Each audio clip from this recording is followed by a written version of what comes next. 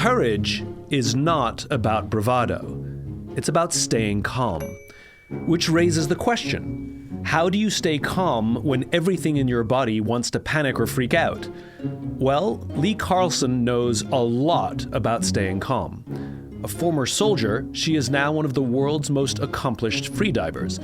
She holds numerous records, can hold her breath for 7 minutes, and can dive down over 260 feet on one breath. Net, Li is a certifiable badass.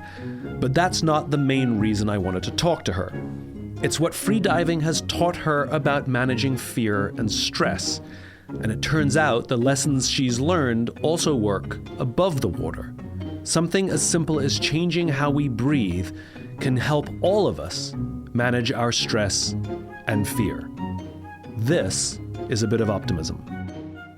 Li, thank you so much for doing this. I'm such a fan of yours. The thing that I find astonishing about your story is how you got into this. When I think about freediving, the thought of holding my breath and going straight down in the ocean is a horrible idea. And just to be clear, your record is you have gone down 80 meters, which is insane. That's 240 feet. Yeah, something like that. That's not like the bottom of a pool. That's a very, very deep pool. It's a very, very deep pool. And you just hold your breath and go straight down and then come back up. What made you want to do this in the first place? Because it's a very scary sport. It also has a lot of casualties. It's a dangerous sport. What made you want to get into this? How did you get into this? That's a good question. My mother asked me that the whole time too. But thank you for the very nice introduction.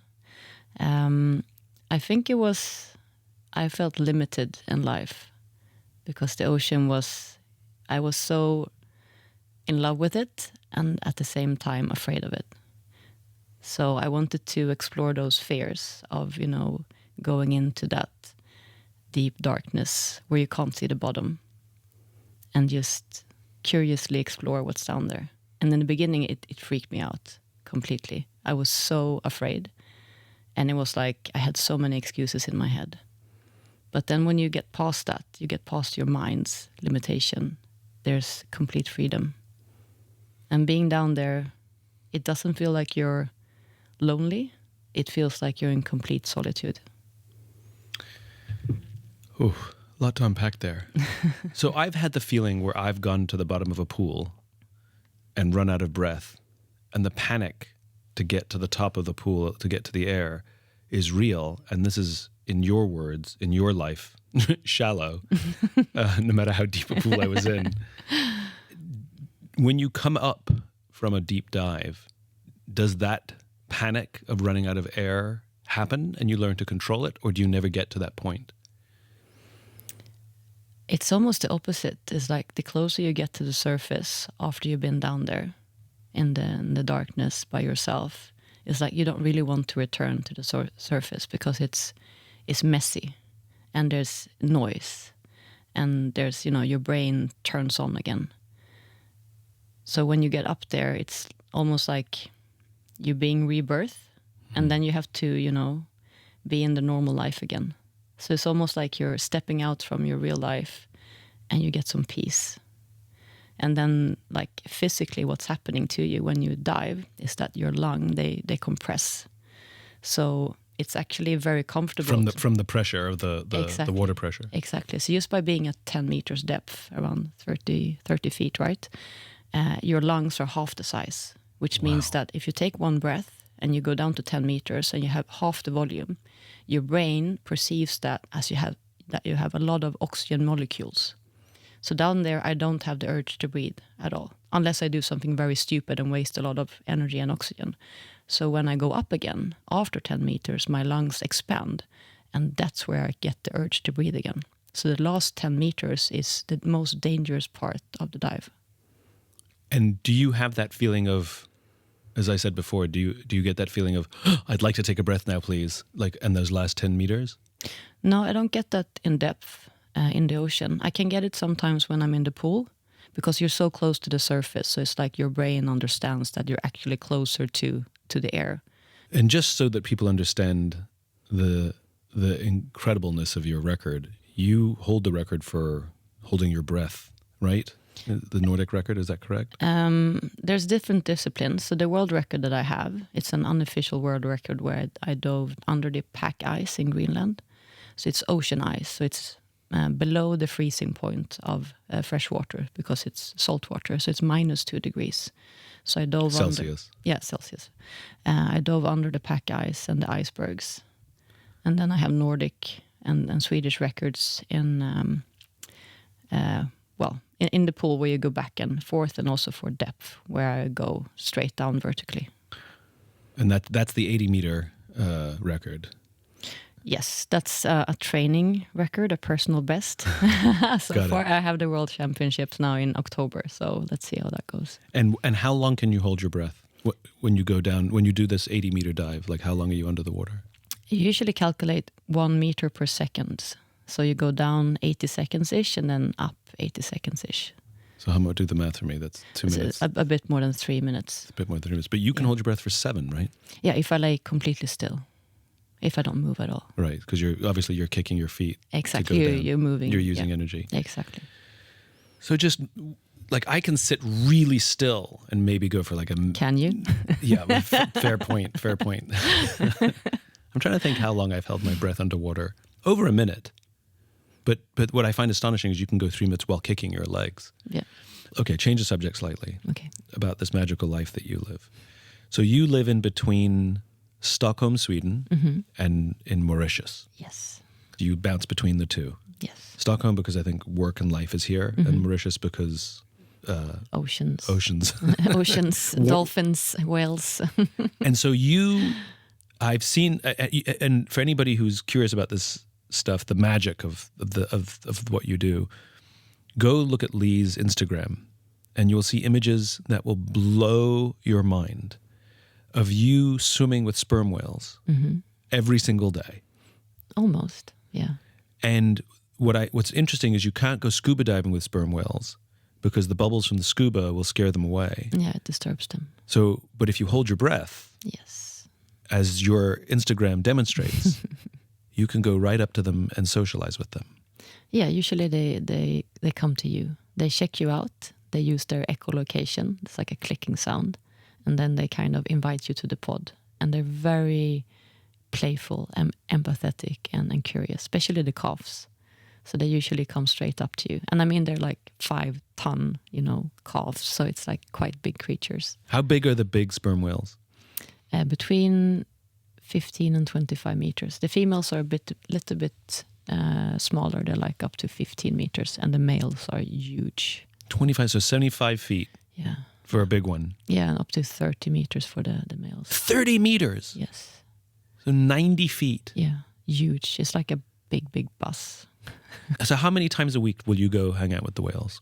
2 to 3 times a week, normally, in the mornings. Before my coffee. Do you think they recognize you? They do, yeah. I have one of my friends, her name is Jade, is a sperm whale calf. She recognized me instantly, and she always comes up and tries to nibble my fins. How do you know it's the same whale? I mean, I hate to say it, but like, well, you how do you tell the difference? Well, they have patterns on their belly. Okay. And they also have scars on their fins. And the big ones that can dive deep, their main food is giant squids. And the squids have long tentacles. So when the whales eat them, they fight back. So if you look around the eyes of a sperm whale, you will see huge scars. And sometimes they're all fresh, like bloody from fighting with these giant squids. Wow. You know the horror movie 10 to 15 meter long squids that lives down in the deep. They eat them. So you do recognize them, and they recognize you, and they come straight to you. You said your buddy Jade, yeah, which is a 15-meter whale. Yes, comes to hang out with you, and always comes to you. So you recognize this whale that always comes to you. How long can you hold your breath when you go diving with the whales? I usually dive down to around 10 meters with them, and I stay for 1.5 to 2 minutes. So as long as a dolphin. That's what dolphins, they hold their breath for 1.5 to 2 minutes? 90 seconds. Yeah, a dolphin hold their breath for 1.5 minutes. And a sperm whale hold their breath for 1.5 hours. Wow. Yeah. And the funny thing with sperm whales is that they have their lungs is 1,200 liters by the surface. And when they dive down to 2,000 meters, where they hunt for these squids, their lung size is 6 liters-ish, which is the same size as yours when you're sitting here. Wow, from the compression from the water pressure. That's the pressure. Yeah. Wow. So, are there dolphins out there as well? Yeah, spinner dolphins and bottlenose dolphins. So you can dive with the dolphins for the same length of time that the dolphins dive? Yes. Can you take a breath that quickly, though? Because they can take a quick breath and go down for another 1.5 minutes. You can't do that. Yeah, that's why I sleep with the tape on my mouth to buffer the CO2. That's the main reason. How much time do you need at the surface to hold your breath to go down for 1.5 to 2 minutes? 5 to 7 seconds. Oh, that's it? Yeah. It's the exhaling, just get the CO2 out and then you dive again. And I do that a few rounds. And so you can go diving with dolphins? Yeah, I play with dolphins. The images of you on Instagram with the whales I find incredible, and then you go sometimes see them when they're sleeping, and they're all vertical. Yeah. There's like this whole pod of whales just hanging out in the middle of the ocean vertical. Yeah, it's like a forest of whales. Which is the craziest image. Yeah. And the images of you diving under the ice. Yeah. We have to talk about that. Now, diving under the ice, as if freediving isn't stupid enough. Or cool. Or cool. Stupid or cool. Yeah, it's a fine line between what's stupid and what's cool. Why on earth would you dive under the ice when if there's anything that goes wrong, you actually cannot get to the surface? It's not going straight down like freediving. It's going in a hole, swimming horizontally to another hole. Yeah. And so if you get the calculation wrong, if you go in the wrong direction, if you run out of air before you get to the hole, you cannot get out. Yeah. That is truly horror movie stuff, getting stuck under the ice. Yeah. What possessed you to choose to do that? And it's freezing frickin' cold. Yeah, it's very cold. It's beyond cold. I mean, you were in Greenland when you did this, which is notoriously cold. The coldest, most non-friendly place on this planet. So what possessed you want to do this? I was terrified of getting stuck under the ice from when I was a kid. By the way, everyone is terrified of getting stuck under the ice. This is not unique to you. Like some people are afraid of heights, but not everybody. Everybody's afraid of getting stuck under the ice. Yeah. Okay, so you were afraid of getting stuck under the ice as a kid. You live in Sweden, so that's a real thing. Yeah. The thing was, it was preventing me from living to my full potential, because when I became an athlete and started competing in freediving, the stress, the carbon dioxide that accumulated, it brings you not only excuses why you should go up to the surface, like, why are you doing this? This is super stupid. But it was creating so much stress in me that I was coming up to the surface.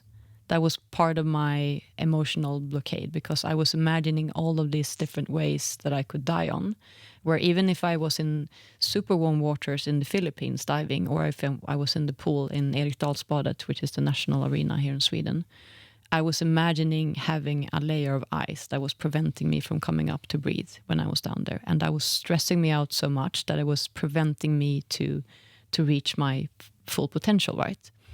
So I figured that I have to face this fear.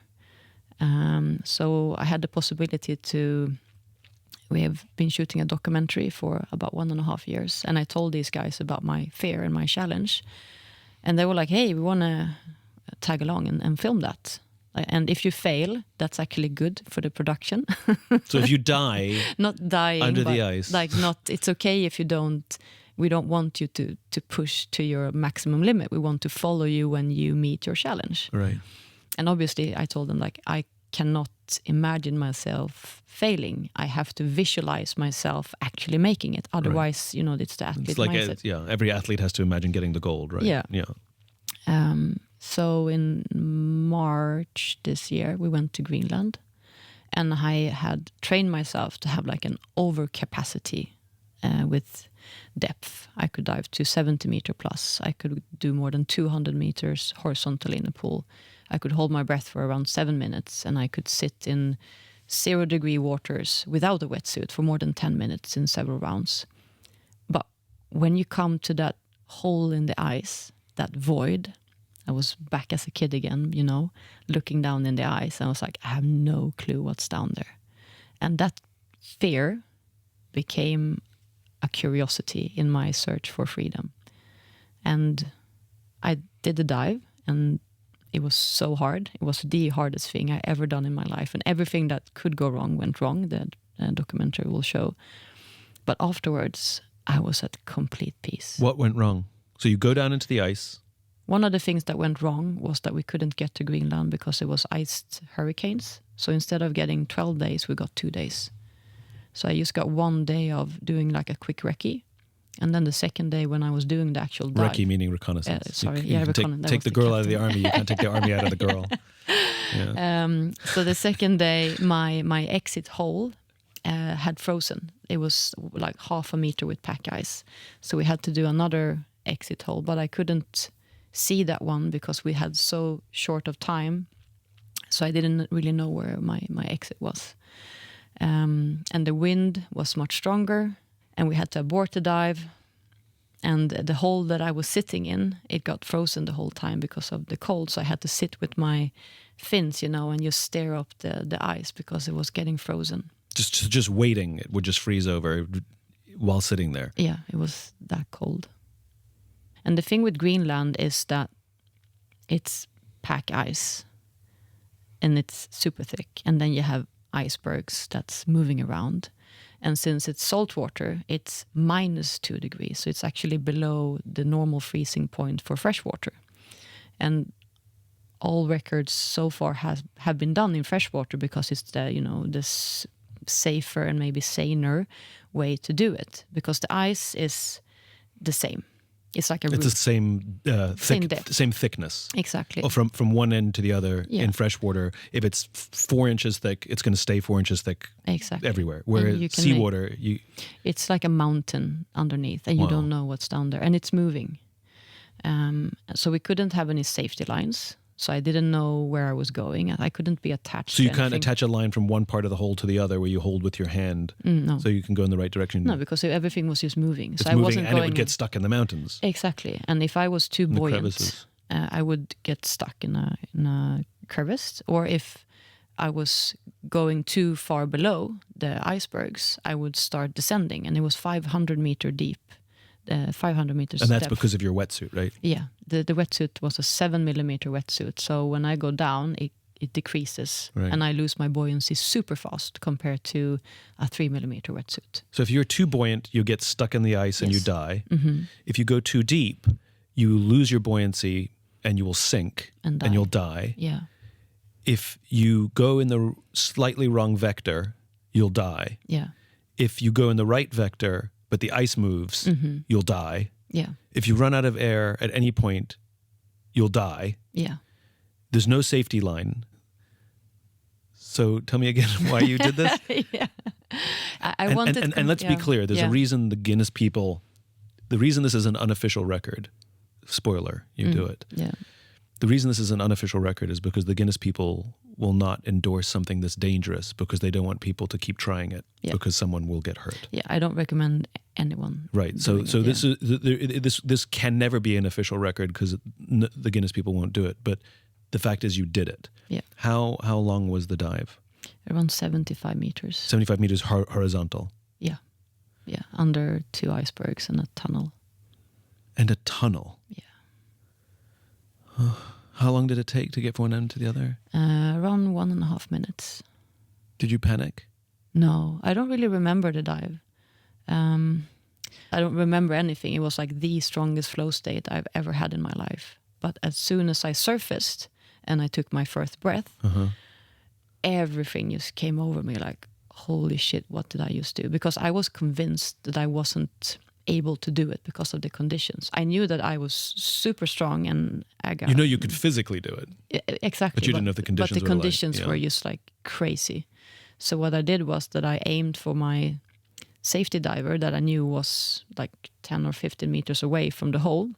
And she pointed vigorously up towards the hole where we attached the line with a strobe that was blinking. And in the last second before I was going to her to get the regulator, and I was like, I'm going to pass out. I'm too drained. Then I saw the strobe and I was like, fuck it, I'll just go for it. And so you were actually in and out of air. You were actually looking at her saying, I'm going to fail. I'm just going to go take a breath of air from the diver. In my head, you can't see it in the film, right. like when they're filming. But in my head, I was like, okay, I'm going to her. But then I saw the hole and her hand, and I was like, ta-da, there it is. So it's like you think you haven't gotten to the finish line, and then you realize it's just around the corner. Exactly. Can't wait to see this film. So you went into this because you were afraid of the dark ocean. You were afraid of the depths of the ocean, and you did this to face your fears. Exactly, yeah. There are other ways to face fears. Was it specifically a fear of the ocean?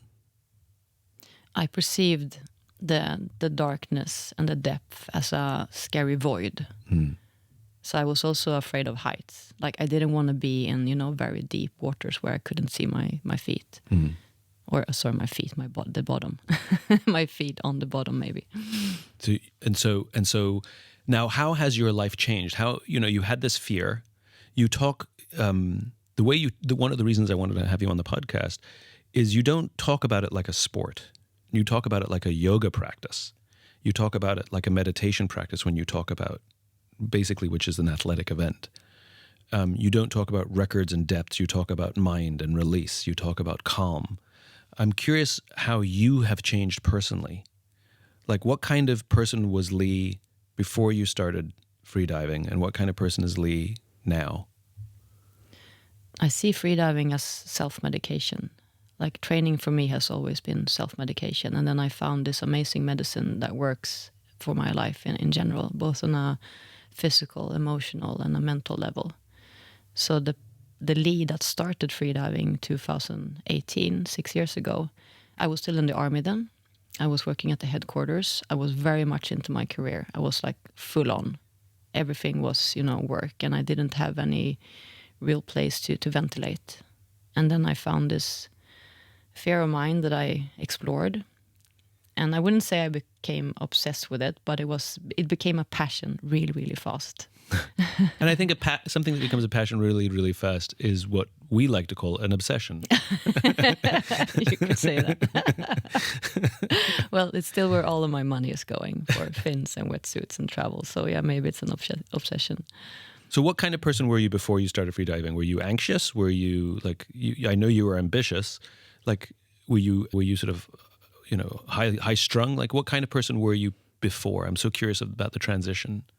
I was definitely anxious, and I know now from my therapist, I had layers of PTSD from, both from the military and life in general.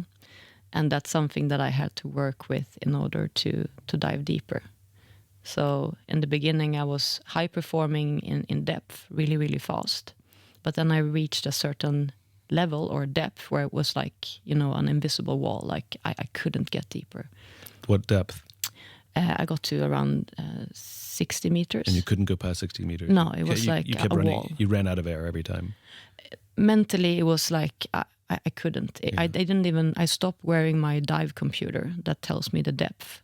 And it was consistently at 60 meters. That's also physical because it takes a lot of time to get adapted to the depth. Basically, every cell of your body has to be adapted within the mammalian dive response that we have to be able to handle this pressure. But it was definitely not mental, but emotional.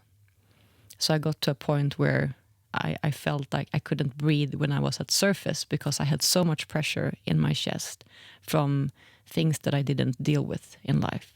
So that's when I had to take, not one step back, but 100 steps back, and you start to work with it from within. And as I did that, the emotional and the mental perspective of getting different tools, it didn't just improve my diving, but it also made me what I would say a better human being. What did you do to treat yourself to go beyond the 60 meters? the first thing I did was to start to be aware of my inner being, the awareness of my breath. To be able to hold your breath, you have to be able to breathe properly. And the breathing, I mean, it doesn't control everything we do, but you can basically tell your brain and your whole system to be afraid by breathing in a stressful way, although there's no stress. And that's where we tend to get stuck today in society, because we're not taught how to breathe for life. You're taught how to breathe for diving and breath holding. And you're taught how to breathe as a soldier, like when you're shooting, to get the right shooting position. But a lot of people, including myself, I was creating unnecessary stress by breathing the wrong way, where I already had a lot of stress in my life. So what is breathing the wrong way? So obviously breathing is autonomic. I don't think about it. My body breathes because it needs to breathe to survive. So if it's automatic and autonomic, like, how am I breathing the wrong way? Why is my breath causing me stress and yours no longer does? Like, what start with, why is my breath causing me stress? Yeah, I mean, you can breathe to be alive and you can breathe to be living, right?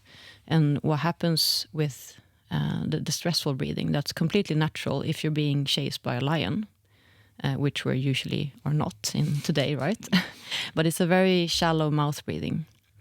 And it goes to our chest, and it activates the sympathetic nerve endings in the upper part of our lungs.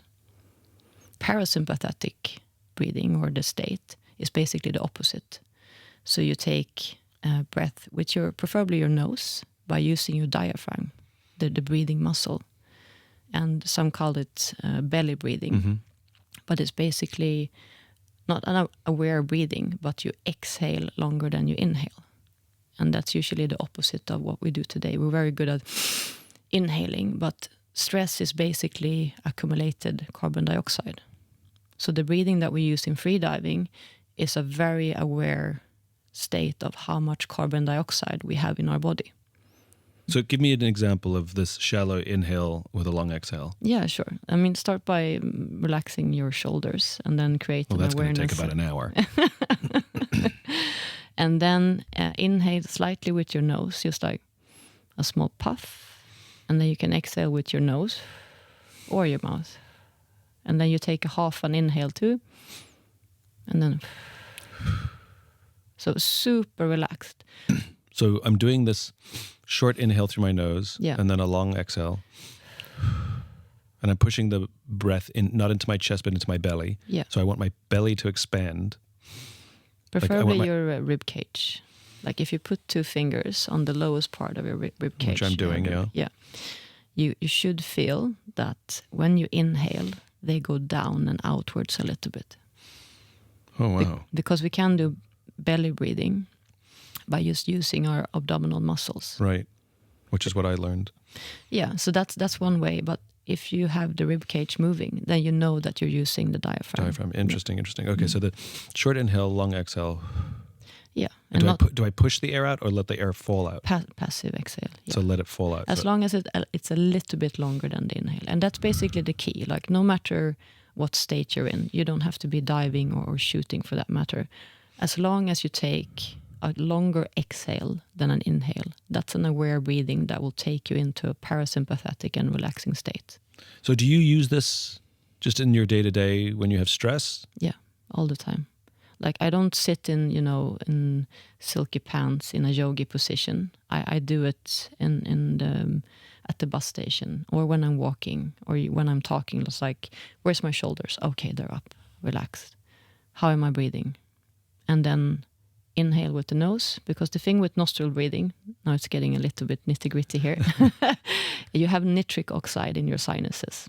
So when we inhale nitric oxide, like through the sinuses, they expand the blood vessels. So the gas exchange between oxygen and carbon dioxide becomes more efficient, and it also dilates your vessels. So put in layman's terms. So if you breathe with your nose... Better to breathe through your nose than your mouth. In general, yes. Especially if you're talking a lot. Let's say that you're a speaker. Let's say that you do hypothetically, yeah. It's really good then to compensate with nostril breathing. You don't have to, not talk or not breathe with your mouth, but also when... Though some people might suggest that is a good strategy. So nostril breathing with your diaphragm, take longer exhales than inhales. That's like breathing for life in general, I would say. Okay. So let's pick up where we left off before. I asked you what Li was before you started freediving and who Li is now. So you were somebody who carried a lot of stress. You had anxiety, and as you learned, layers of PTSD, both from combat, the army, and other things in life. Now that you're a champion freediver, but more important, you've learned how to breathe and manage panic and stress, because that's what going to depths is, right? It's managing panic and stress. Who are you now? What kind of person are you now that's different than you were before? I would say I'm much more in touch with little Li, the playful part, because the adult Li that had completely taken over before, because she thought she had to, was very stressed and anxious and was taking on a huge responsibility and being worried about things that she couldn't control. And I think a part of letting your inner child not take lead, but flow in life enables you to deal with things in a more playful and fun and harmonic and peaceful way. If I met you before, yeah, I'd say, what kind of person are you? What would you have said? Before, yeah, I was very much Captain Li. I was very rigid. It was my way or the highway. I was extremely focused, ambitious. I'm still ambitious, but I'm much more relaxed in letting things be as they are and not worrying so much. There's very few things that you can control in life, whereas breathing, once again, is one of the few things. This reminds me of Viktor Frankl. You know, Viktor Frankl, who wrote Man's Search for Meaning. Yeah. And when he went to the concentration camp in the Second World War, he was struck by how all of these people, the prisoners, were all suffering the same experience. But he remarked that some had the will to live and some didn't. Yeah. And that's what he realized was we cannot control the world around us, but we can control our reaction to the world. Exactly. And you're taking that a step further, which is we cannot control the world around us, but the one thing that we can control is our breath. Yeah. Because I think it's very hard even when I talk about Viktor Frankl to people, I say, we can control our reaction, we can control our mindset. And I think that though that's true, I think it's much easier in concept than it is in practice. Change, just when you're in a bad mood and somebody says, come on, cheer up. Like, that's changing your mindset. And that's helpful. All you want to do is punch them in the face when somebody says, buck up, when you're in a bad mood. I think it's very hard to just change your mindset. What you're saying is control your breath, which is something I can actually do rather than just think about. Exactly. And so it's basically the same idea. It's the same concept, it's the same philosophy, except it's much easier to practice controlling my breath. Like even just now, what you've taught me, which is take a short breath in through my nose and then some sort of long exhale. Like I can do that. Yeah. Or and as you said, I don't have to go take a yoga class to relax after a stressful day. I can do it in the meeting. I can do it in the conversation. Yeah. I can just start. Yeah, and even if it's a small sense of control, it's a mentally huge control. Because you are controlling yourself and your inner environment. And the external environment, it could be a war zone. And that's okay. Because you can't take responsibility for it. And usually you can't do anything about it. It is what it is. It sounds very stoic and almost like apathetic. But in a way, it's the most kind thing you can also do to yourself. Because your own responsibility is taking care of yourself, and therefore being kind to yourself, you can illuminate kindness. The big lesson that I'm learning here that is pretty profound, which is I always thought freediving was about holding your breath. I always thought freediving was how do you practice breathing so that you can maximize oxygen in your lungs? And I'm sure that's a part of it as well. But what I'm learning from you is it's actually less about the breathing to survive, the breathing not to pass out, but it's really a stress management. that you're breathing for stress management, because if you suffer stress and freak out when you're at depth, you're probably going to die. Yeah, it's a direct feedback. You will die. I mean, you'll actually die. Like if you panic at yeah. 80 meters, at 70 meters, even at 60 not meters. theoretically, you will die. Yeah. So this is the amazing thing. It's not about how you hold your breath so you don't die. It's how you manage the panic, how you manage the stress so you don't die. And obviously, if you can do that in an environment where you physically couldn't breathe, underwater and at pressure, then the same lessons used above the water have the same impact, which is stress management. And so, one of the reasons I wanted to talk to you was not so that we can teach people how to go freediving, but how we can learn some of your stress management techniques from breathing. Well, this is what I'm learning now, that we can manage our stress. I mean, I wanted to bring you on just because I think what you do is madness. But what I'm learning is it's the furthest thing from madness. It's probably the most important thing we can all learn to do, which is to breathe. And you said it, there's breathing for living and there's breathing for life. Yeah, exactly. And even the philosophical part of you can't really inhale more oxygen. You can't increase the oxygen saturation in your blood, because unless you've been holding your breath for 3 minutes or more, which you haven't, what I can see, your oxygen saturation is between 95 and 98%. So when we say that, as you said before, taking a big breath, it's all about exhaling the carbon dioxide. And if you apply that in life, like, you don't usually have to take on more things. You have to deload. You have to let go of things to feel the stress relief. And that's when you can move on, and that's when you can thrive. Because if you don't do that, you're probably fighting unnecessary battles inside, creating stress, choosing stress, instead of choosing freedom and controlling what you can control to be able to thrive where you actually need it. Now, one of the things that I know that you do to practice nostril breathing, which is a more efficient form of breathing as I'm learning from you, is that you tape your mouth shut at night when you sleep. Is that correct? Yes. And that way you guarantee that while you're sleeping, you're only breathing through your nose to help build lung capacity, and also just to practice breathing through your nose normally, right? You're training your body. Yeah, and I didn't make this up just to be like, it's not something that I girl guessed. I read this beautiful book called Breathe by James Nestor, and he recommended it. And for me, it works really, really well. I would say that I don't snore, what I know. But one part of humans is that our breathing evolution is actually going the wrong way, because we are mouth breathing the whole time. And we're not taught how to breathe for anything, unless you're a freediver. So it's not only the nitric oxide in your sinuses and stuff, but also for us Swedes, in the winters, if you breathe through your nose, the air has a longer time to warm up. So it's easier for your body to deal with the bacteria that actually goes through your nose hair, and then it gets heated up before it hits your lungs. Because it's true, we have cilia in our nose to clean air. That's what it does. In our mouth, we don't clean the air. No. And I know that when we're sleeping, when we breathe through our mouth, we let out a lot of moisture from breathing, and so we dehydrate ourselves. You can wake up dehydrated. Exactly. And breathing through your nose, I think, mitigates that. So and let's just be clear, it's not a piece of duct tape here. It's a tiny piece of medical tape, because I know you showed me this. Yeah. It's a tiny piece of medical tape that you stick on your hand first to get rid of some of the sticky. Yeah. So in case you do panic at night, you don't die. Exactly. And then after you rip it off your hand, you just stick a little piece over your top lip and bottom lip. Exactly. Vertically. Have you tried it yet? I have. Yeah. I have. I tried it for a while, actually. I was doing it every night for a while. The thing that I found astonishing about it was, especially as mouth breathers, your nose gets clogged up. Yeah.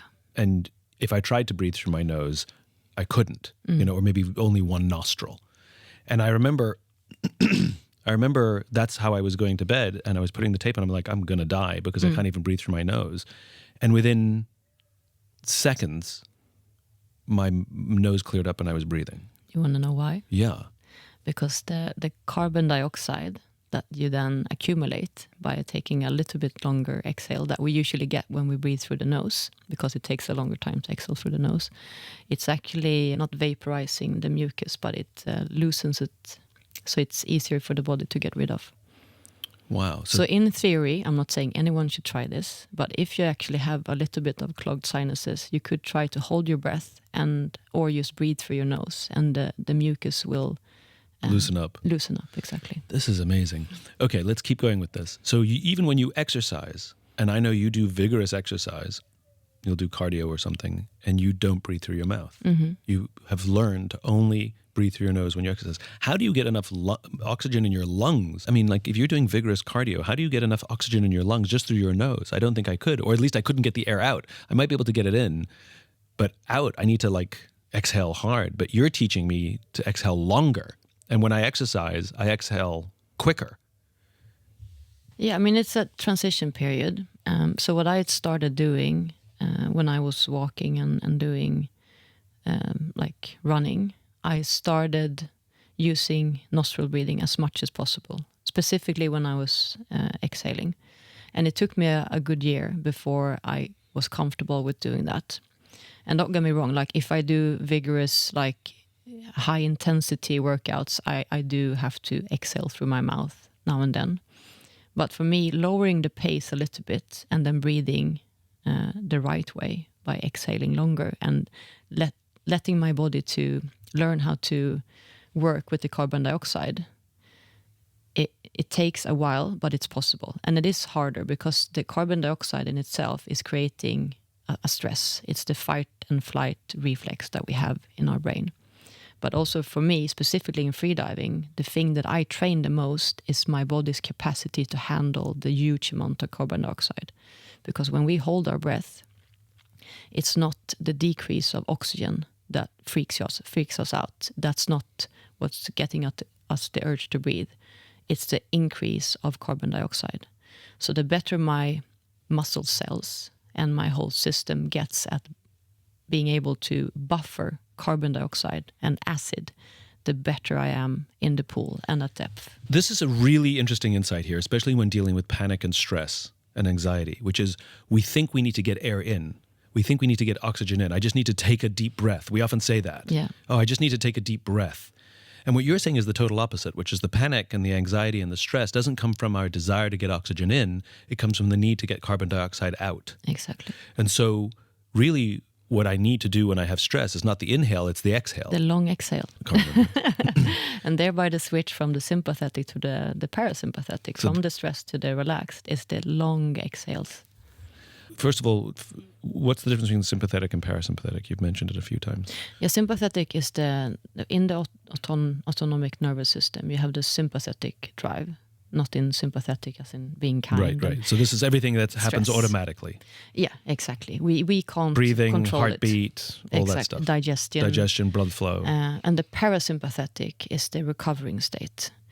And you can't affect the autonomic nervous system because it's autonomic, but we can control our breathing, which stimulates the parasympathetic and sympathetic nervous system.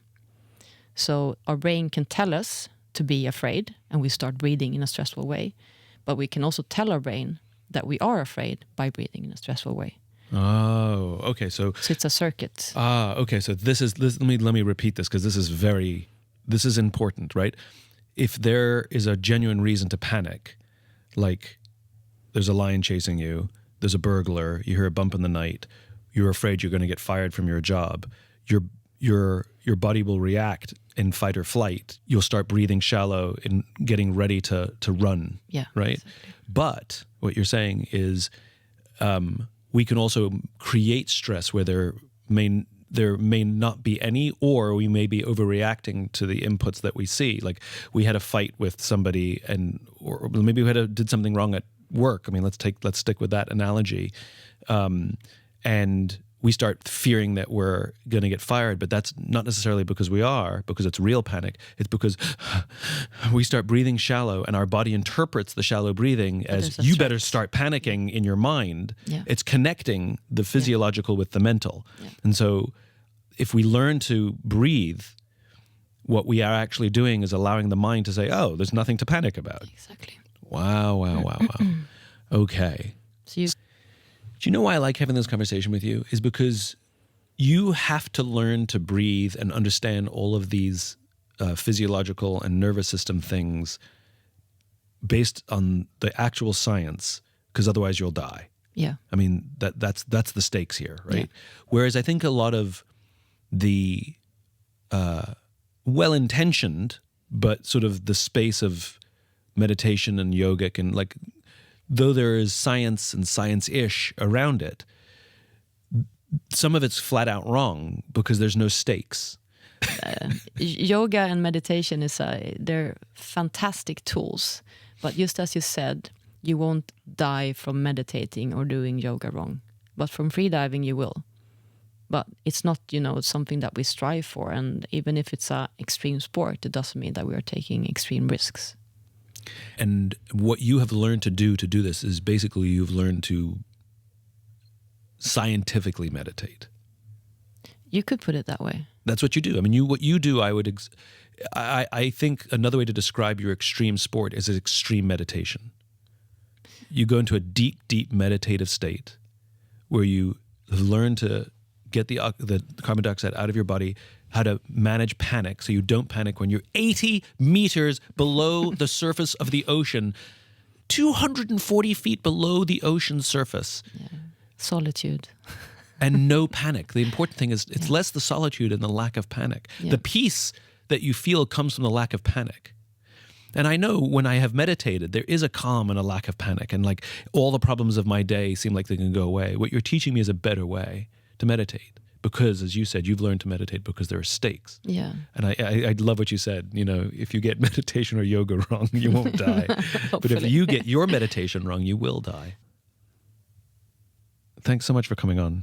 Thank you, Simon. I've learned so much. I'm going to do this breathing thing. I'm particularly fascinated by how to manage the stress in real time. Yeah. And not having to go to a yoga class to manage the stress from the week before, or do a meditation in the morning to manage the stress the day of, but rather to be able to manage stress and conflict in the moment, whether it's in my mind or in real life. Yeah. Huge. Do it when you can, and don't punish yourself not for being perfect. Just, include as many good things as you can, when you can. Li, always an inspiration. Thank you so much. Thank you, Simon. You too. If you enjoyed this podcast and would like to hear more, please subscribe wherever you like to listen to podcasts. And if you'd like even more optimism, check out my website, simonsinek.com, for classes, videos, and more. Until then, take care of yourself, take care of each other.